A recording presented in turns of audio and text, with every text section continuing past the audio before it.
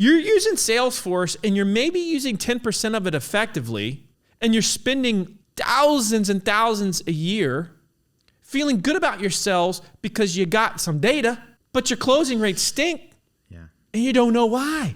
Because it's the soft skills, man. That's where it's at.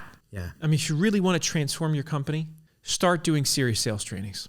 That'll transform your company.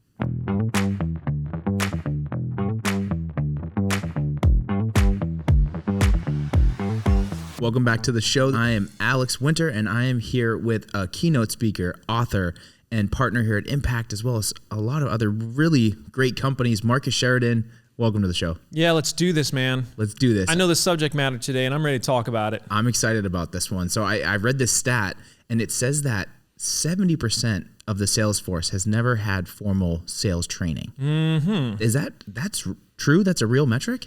Well, just think about it. When was the last time that you were really impressed with a salesperson? I mean, okay, that's fair. It's a tragedy what we're seeing in the marketplace. I mean, yeah. It's very, very bad. It's not a surprise to hear it.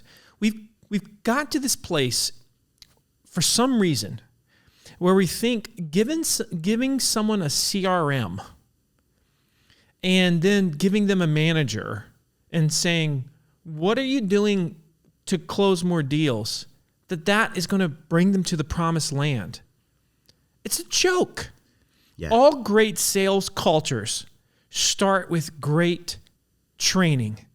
And the great training starts with great communication training. And you don't see it. And it's a crime. Why don't you see it? I was just going to ask that. Why is this not a thing?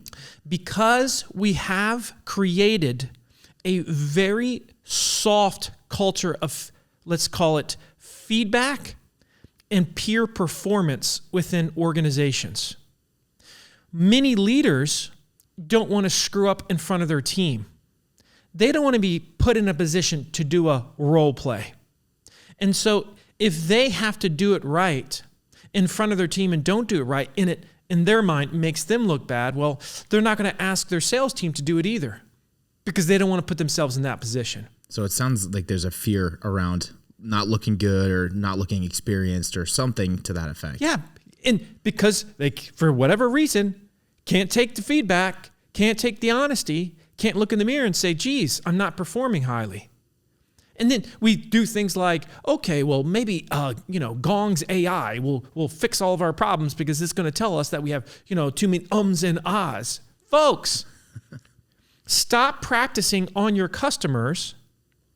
Start practicing with your team. Right. Can you imagine you've got millions of dollars potentially on the line and you're practicing sales? It's like playing dolls. It's crazy. I'm practicing sales with people that want to spend their money. We're delivering an incredibly inferior product. Just yesterday I was speaking to a group in Connecticut, highly successful CEOs and businesses. And I was talking to them briefly about this dearth of sales training that exists in the marketplace. And I said, I bet that guy right there, I bet he's got a great sales training culture. Because I knew what his business was. He had a Mercedes-Benz dealership. Very nice.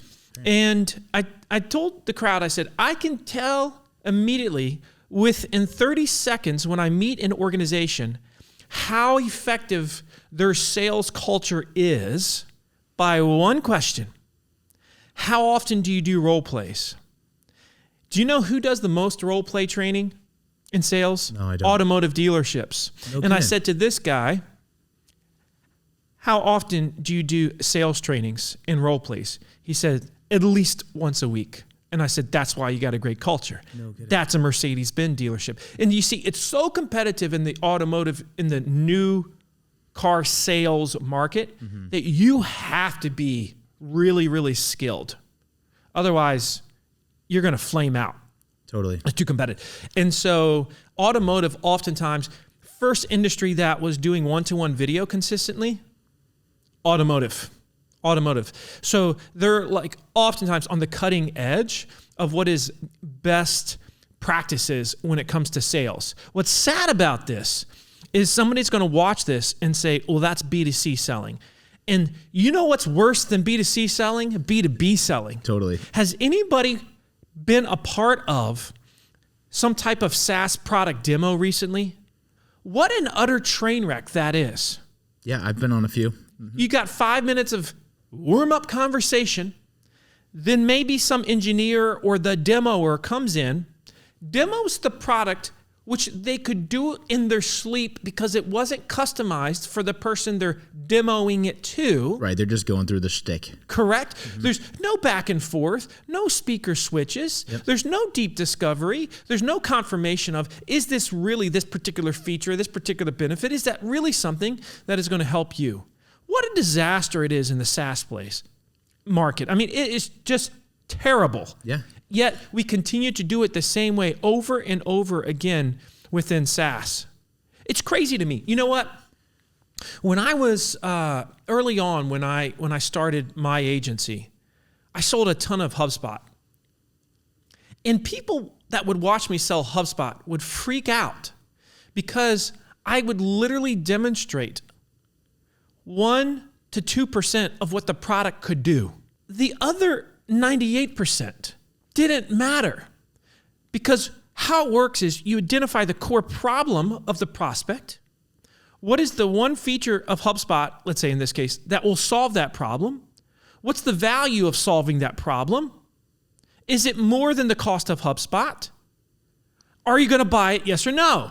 Right. Oh, of course I'm going to buy it. Establishing some ROI, right? That's the key. But I'm not showing them 57,000 features. Right. It's bloviating. It's a waste of time. Look at how robust this platform is. Look at all the tools that you may or may not need. Yeah, it's irrelevant. Mm-hmm. And all of this comes down to the fact that the bottom line is we stink at asking questions. The art of effective questions is lost among salespeople. Why? They haven't been taught. You give them a script maybe. They know a few questions to ask because, hey, it's on the script. But you see, that's all surface level answers that you're going to induce with the script. The great ones know where they make their money isn't on with the question that's on the script. It's the follow-up and the follow-up from that one and the follow-up from that one. That's where you make your money, because that's where you galvanize relationships. That's where you have a light bulb moment with the prospect. That's where the prospect says, you know what? No one has ever asked me this before. How often does your sales team hear that phrase from your prospects? No one has ever asked me that before. Or how about this phrase? I can't believe I'm telling you this, but you see, that is a phrase that means they trust you enough to tell you something they haven't told anybody else. Right. They're opening up. That they didn't do with anybody else because no one else had the curiosity and the deep, intentful listening that you had as a professional. Sales teams should be doing training every single week if they're going to be an A player. Most aren't receiving it at all. Most are doing a ridiculous pipeline review. They're not learning skills, and therefore their closing rates and their, let's say, time to close are never improving. And yet we wonder why. Why are they underperforming?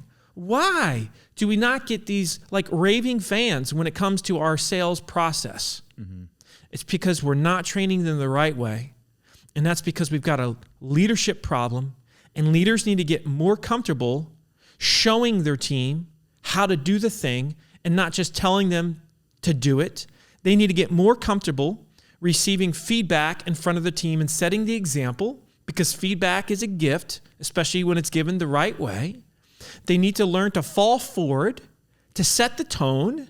This is a leadership problem. That's what we're talking about. Yeah, it's very apparent when the way you're talking about it, it's very apparent to me. But what do you think causes leadership or certain companies to not do these things? Like, why aren't more companies doing role plays, practicing, maybe having consultants come in to help teach them so that they can become a better salesperson and have those conversations that you're talking about? Like, what in your experiences, because I know you interface with a lot of companies in different industries, B2B, B2C, like, is there a general consensus as why there's resistance to this idea? Yeah, because most sales managers are overconfident, okay, and not incredibly humble. Now, this isn't all sales managers. Right? Sales leaders. There's some great VP of sales out there, but there's a whole bunch that have an overinflated view of their skills and their ability to will their team to victory. I might be decent at sales, but if I am not engaging in consistent training with my team, we're out. We're going to lose. It doesn't matter how much great technology you have. It doesn't matter whether you're using Salesforce or a HubSpot or whatever the dang CRM is that you're using. It doesn't matter if they don't have the fundamental, foundational skills. And most don't have it, especially because if you think about it, the generation coming up, I mean, I don't want to get too esoteric here, but because there's a lot of text-based conversation and not deep phone conversation where you really have to ask questions, right, and get to know someone on a verbal level and not a text-based level, then we don't have that same comfort level in face-to-face communication anymore. We're literally losing it as a society. That's true. We are. That's a tragedy, right? And so this is something that I'm obsessed with, though, and I have gone in, our team has gone in and trained many organizations how to turn it around. Yeah, so that's what I was going to ask you, right? So you're hitting this wall with sales teams that are maybe stuck in their ways, or they think that what they're doing is great. They've been doing it for years. They don't want to change. There's resistance, whatever the case may be. How do you enter into an organization like that and get them to start to self-discover and see the value in practicing and in doing what we're talking about and trying to learn and grow their skills? I mean, they've got to admit that there's a problem first. Oftentimes that's not the case, right? Yeah. Now, when you do start to meet with them, immediately, if you can do this, you have to start looking at sales call recordings. It's crazy how many sales organizations don't even review their own recordings. Or even record their calls. Yeah, it's like an NFL team not watching the game tape, right? It's like, really? Yeah. That would be crazy. Fundamental. But that happens in business all the time. And so, we'll go in and we'll immediately have the sales team start to observe themselves for the first time. And they have to come back and they have to say, here's some of the habits that I'm noticing that I have. And so often they're shocked. Oh my goodness, I didn't realize I had such a bad resting bee face. Oh my goodness, I didn't realize I said as much as I say that. Oh my goodness, I didn't realize that I'm cutting the customer off all the time and interrupting them. Oh my goodness, I talked 95% of the time. And on, man. You got to have self-awareness if you want to have a great sales culture. Yeah. Starts with self-awareness with the leadership team, then with the VP of sales, and then with any sales managers and all the sales team. So it really trickles down from the top. Yeah, it's very much a trickle-down economics, trickle-down culture here when we're talking about effective sales teams. So, that's what you have to do. And then you have to create a culture of role plays immediately. You have to set the conditions, though, for what a great role play looks like. How do you do that? Yeah, we call them real role plays. You got to treat them as real. It's sad. You say the word role play and people roll their eyes. Yeah. Why? Because they have allowed themselves to have cheesy or ineffective role play experiences. I take role play seriously. I have been literally in multiple role plays that have changed my life. Like, I'm not exaggerating. Changed my life. Wow. That helped me realize, oh my goodness, I just had a breakthrough moment there. And again, I don't want to practice on my customers. I want to practice with my team. Right. You don't want to be having those moments while you're on a sales call. Yes. So you got to have real role plays. So you don't use sarcasm. You don't joke around. If that's not what you would do with the customer. Right. If you wouldn't do it with the customer, well, then don't do it on a role play. Got it. Right? We need to respect the moment. We need to respect our partner. We also don't give feedback unless we've been asked. You got to set the conditions for giving feedback within the organization. When I'm doing the training, I'm the only one that gives feedback. Nobody else is allowed to give it. They're only allowed to give it if they're asked. See, it's an important rule to create the safety. Yeah. Right? You see, these are things that are just lost skills and habits within organizations, but the impact they have is monumental.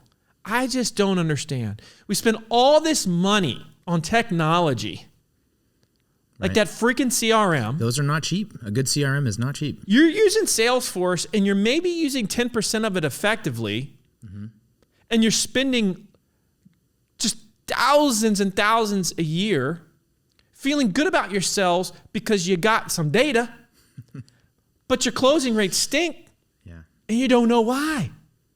Because it's the soft skills, man. That's where it's at. Do you think there's a fear? And I'm not a sales professional. I had some sales experience in the past, but do you think there's a fear when you do a role play, or especially when you're doing the feedback piece, right? So if you're reviewing a sales call and you're starting to call people out on like, oh, you could have done this better, or here's where you lost the conversation. Do you think there's fear around that? And how do you get people to see that the value is really in those moments? Because those are the biggest learning experiences, right? There is fear around feedback because we have a leadership problem that doesn't know how to give feedback, that doesn't know how to receive feedback, that doesn't know how to show their team that they too are imperfect. I do trainings with teams, and sometimes I'll do one and I'll say, that wasn't any good, here's why. I'm going to do it again. Like, I have no hesitation to admit, that wasn't very effective. I don't dwell on it. And in fact, it's something that you have to learn to celebrate. If you as an organization are celebrating the mistakes that you make because you're verbalizing them and you're saying, hey, here's where I messed up with this prospect. Hey, here's something I did wrong the other day. Hey, I totally screwed this up recently. Could we role play this out? Mm-hmm. All right, that's magic. I've gone to some organizations that had a great culture of role plays, and like, literally, I'll be sitting down with the group, just talking to them, maybe during lunch, during a break or whatever, and I'll have somebody say to me, a salesperson, say, hey, the other day I had this thing go wrong, Marcus, and I said, well, have you tried such and such? And they're like, no, hey, do you think we could role play that right now? When somebody says to me, hey, Marcus, do you think we could role play that right now? I'm like, oh, this person, they're going to be in the elite 1%. They're going to be one of the best. Yeah. Because they're not afraid to embrace the messy and work through it so as to get to the other side. And to work out the kinks during that role play. So when you get on the real sales call, that's right. It's game time. You have a real plan and you know exactly how to execute it. That's what, you're writing your rough draft there, right? Yeah, totally. And you're working out the kinks, to your point. That way, when you have that final product moment, it's very, very clean. You've been there, done that. We want to create a culture in role plays too, where if they can get through a role play within the company, the rest is easy. The real world's easy. You want the hardest moments to be when you're practicing on each other. Yeah. That's the hardest moments. And you want to get excited about it as a team. This can happen, by the way.